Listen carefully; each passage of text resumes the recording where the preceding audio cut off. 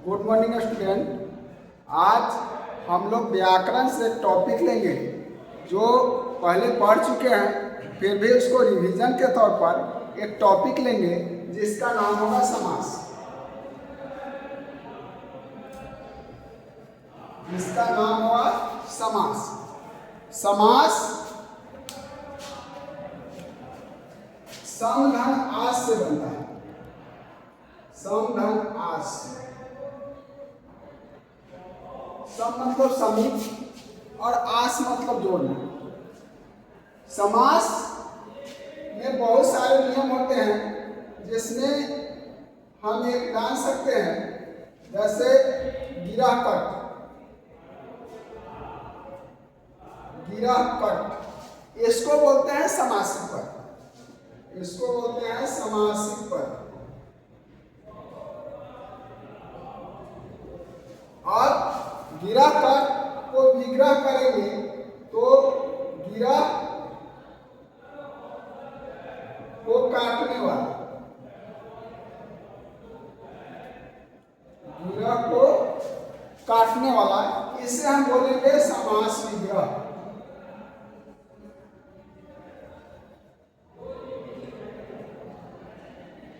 समास विग्रह।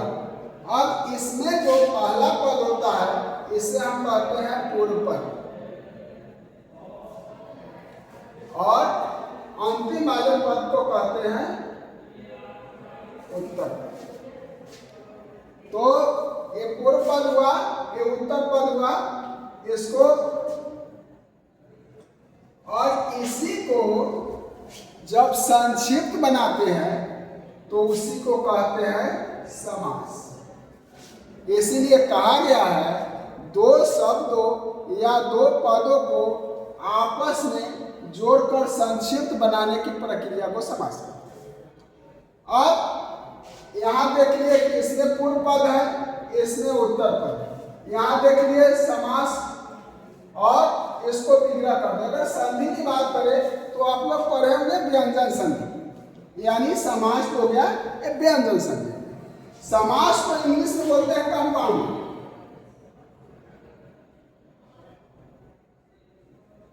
कंपाउंड। अब समास के भेद की बात करें तो समास के 6 भेद। समास के भेद, समास के 6 भेद होते हैं।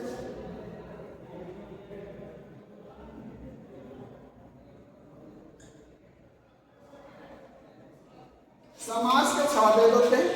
नंबर 1 अव्यय भाव समास।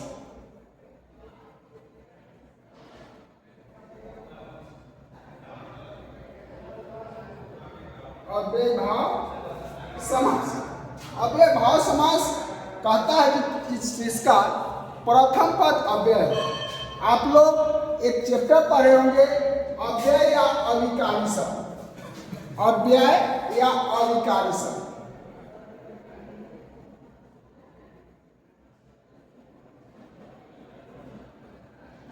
अविकारी शब्द वो होता है जिसका किसी भी परिस्थिति में लिंग वचन काल कारक के आधार पर रूप नहीं बदलता, यानी एक वचन में लिंग के आधार पर परिवर्तन न हो। और एक होता है विकारी शब्द।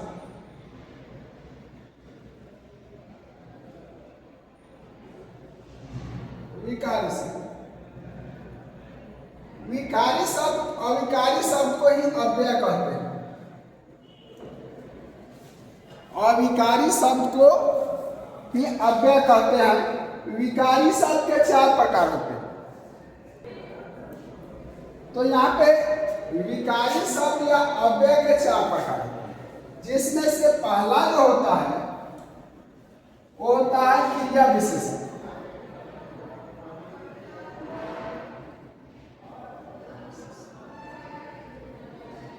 क्रिया विशेषण। ऐसे क्रिया विशेषण के 4 प्रकार होते हैं। तो ये आप अव्यय पढ़े होंगे तो उसमें पढ़ाया गया होगा। दूसरा होता है समुच्चय बोधक।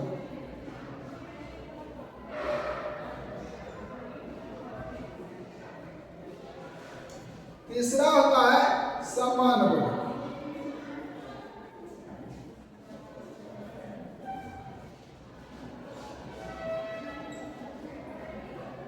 और एक चौथा होता है विस्मयादि बोली।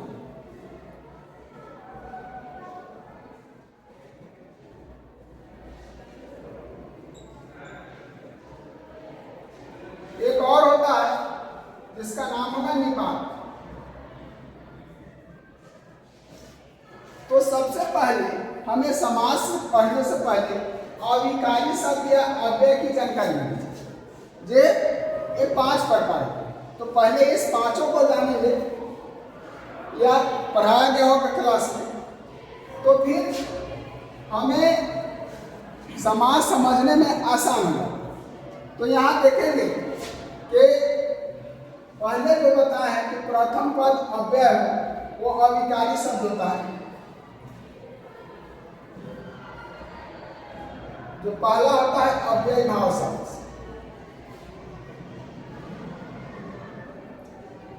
अव्यय भाव समास, अव्यय भाव समास जिसका प्रथम पद अव्यय हो, जैसे हम मान सकते हैं घर पे,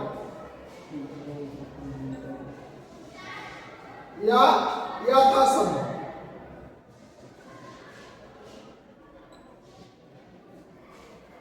यथासंभव या यथाशक्ति,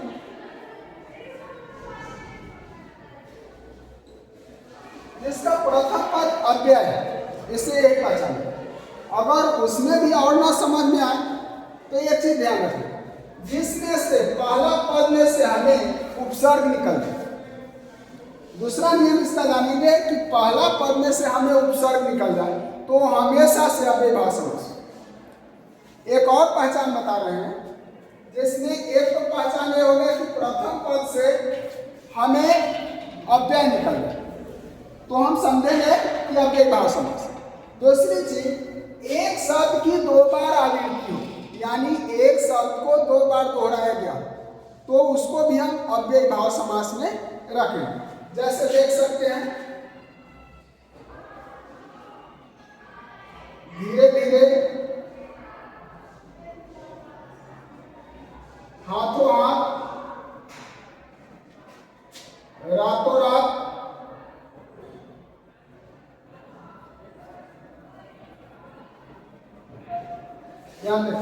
यहाँ एक शब्द की 2 बार आवृत्ति हो, एक शब्द को दोहराया गया, इसलिए ये अव्यय भाव समास।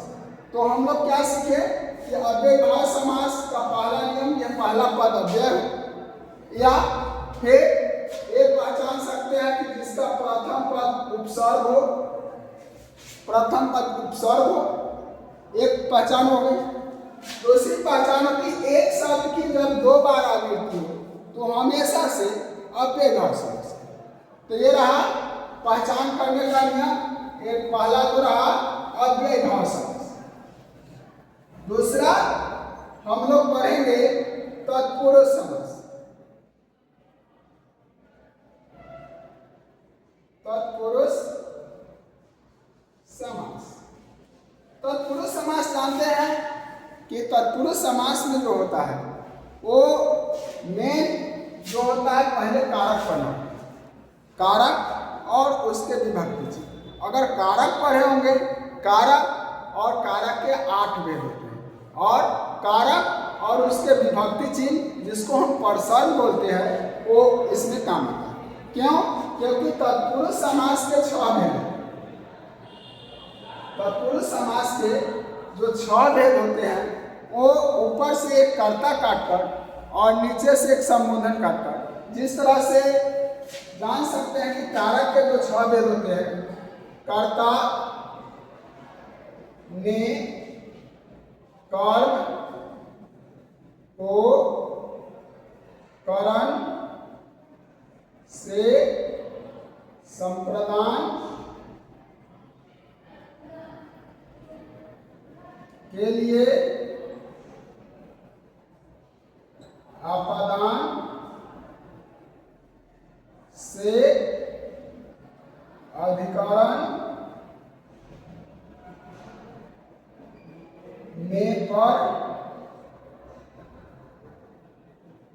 में पर संबंध,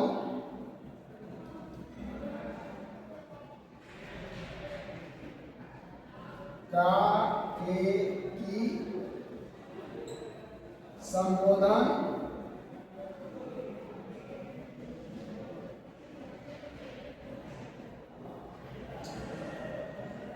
हे रे अरे। ये देखेंगे कि कारक के 8 भेद होते हैं। कर्ता ने कर्म को करण से, संप्रदान के लिए अपदान से, अधिकरण में पर, संबंध काके की, संबोधन हे रे अरे। यानी ये कारक के 8 भेद हैं, जिसमें से अगर हम तत्पुरुष समास की बात करें तो तत्पुरुष समास के 6 भेद। तो तत्पुरुष समास के 6 भेद होते हैं। ऊपर से एक को कट करेंगे और नीचे से एक को कट करेंगे, यानी बीच में जो 6 होता है बस इसके साथ तत्पुरुष समास जोड़ देना। यानी कर्म तत्पुरुष, करण तत्पुरुष, संप्रदान तत्पुरुष, अपदान तत्पुरुष, अधिकरण तत्पुरुष, संबंध तत्पुरुष, ये 6 प्रकार जो होते हैं तत्पुरुष समास के होते हैं। यहाँ लिख दे रहे हैं तत्पुरुष समास के भेद, ये 6 भेद। तो सबसे पहले तत्पुरुष समास पढ़ने से पहले हम लोग को कारक पढ़ना है। तो कारक को एक बार रिवाइज करेंगे, फिर तत्पुरुष समास को समझने में आसान है। तो तत्पुरुष समास के 6 भेद होगा। उसमें से आप देखेंगे कि तत्पुरुष समास, जैसे हम मानेंगे रसोई घर, रसोई घर, इसको अगर हम विग्रह करेंगे तो रसोई के लिए घर, इसको बोलते हैं समास विग्रह। जब हम इसको समास विग्रह करेंगे तो यहां एक चीज देखेंगे, के लिए यानी कारक का एक विभक्ति चिन्ह है। ऐसे हमको और डिटेल में यहाँ तो नहीं पढ़ना है, लेकिन आगे क्लास में पढ़ना होगा, क्योंकि के लिए जो है कारक के विभक्ति चिन्ह है। तो यहाँ देखेंगे अगर कहा जाए कि रसोई घर कौन सा समास है, तो इसमें हम लगा सकते हैं तत्पुरुष समास। अगर इसमें कहा जाए कि तत्पुरुष समास के कौन सा भेद है, तो अब हम यहाँ लगा सकते हैं संप्रदान तत्पुरुष। लेकिन आप लोग से जो क्वेश्चन होगा सीधे पूछेगा रसोई घर कौन सा समास है, जिसमें तत्पुरुष समास होगा, बेभाव समास होगा, कर्मधारय समास होगा, दीर्घ समास होगा। अगर इसके गहराई से क्वेश्चन पूछता है कि तत्पुरुष समास के किसके भेद होंगे, तो संप्रदान। उसी तरह तत्पुरुष समास में जब कारक का विभक्ति चिन्ह लग जाए तो उसे हम आसानी से पहचान लेंगे, और विग्रह करने के बाद आसानी से हम पहचान लेंगे कि ये तत्पुरुष समास है। आगे हम नंबर 3 पर बात करेंगे द्विगु समास। द्विगु समास, द्विगु समास का मतलब कह रहा है एक ग्रुप, एक समूह, यानी एक गुच्छा, यानी एक से अधिक संख्या का बोध। उसमें संख्या का जब बोध होगा तो हमेशा से द्विगु समास। अब यहाँ जिसका प्रथम पद संख्यावाची है, देखेंगे तो यहाँ देखेंगे त्रिफला,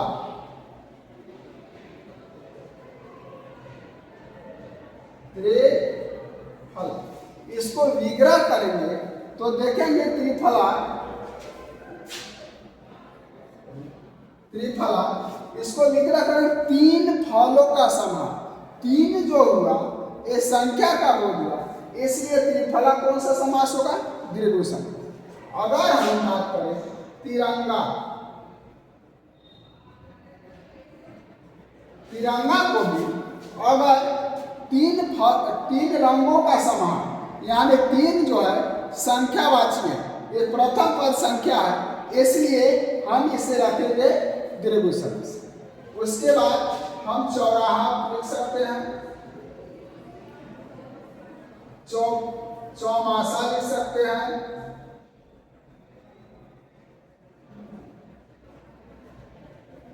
चौवन्नी लिख सकते हैं, अठन्नी लिख सकते हैं,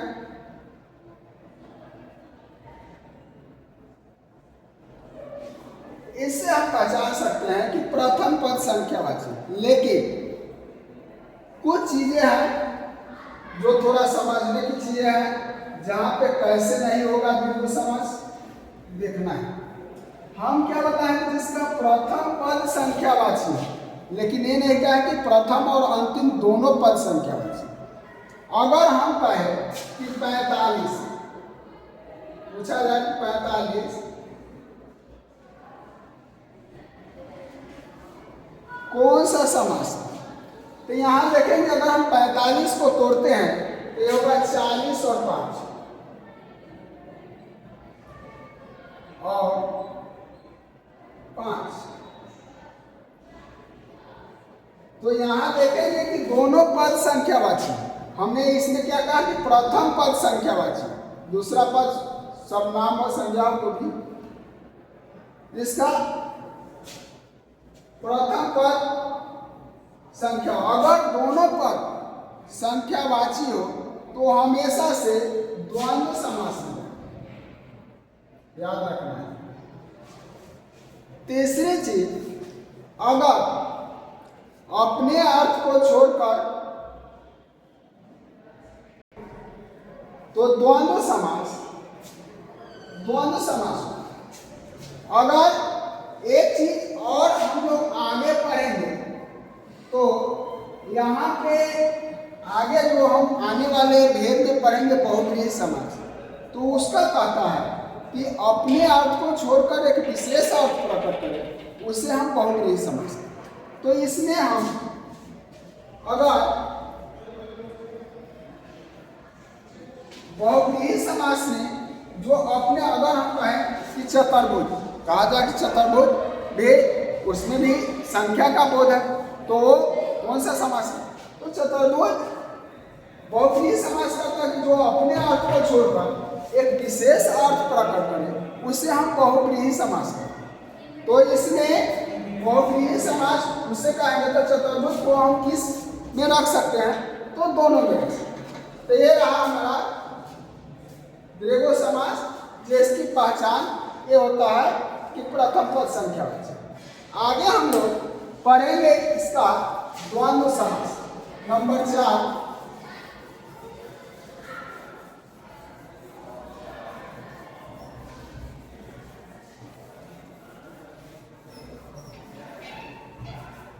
नंबर 4 जो होता है वो होता है द्वंद्व समास।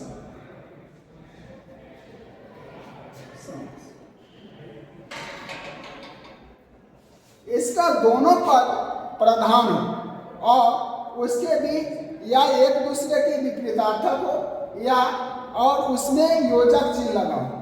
तो यहाँ पर हम देख सकते हैं माता पिता, भाई बहन,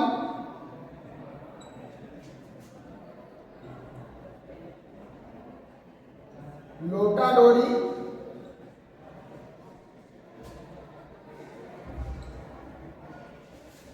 तो या तो दोनों पद प्रधान, दोनों खास हो, दोनों विशेष हो, या एक दूसरे के अपोजिट हो।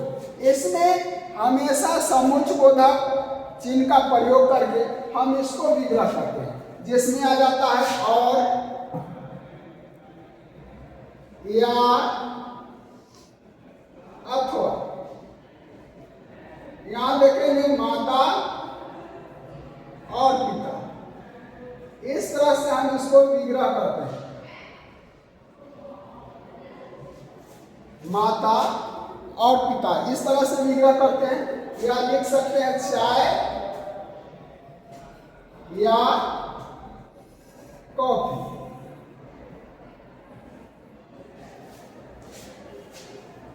फिर लोटा और डोन। तो देखेंगे यहाँ कि द्वंद्व समास दोनों खास हो, दोनों विशेष हो या एक दूसरे के अपोजिट हो, तो उसे हम द्वंद्व समास कहते हैं। आगे हम लोग, ठीक है, तो यहाँ पे हम लोग 4 प्रकार पढ़ लिए हैं। अगले क्लास में फिर हम लोग इसके आगे पढ़ेंगे। आज के लिए इतना ही, धन्यवाद।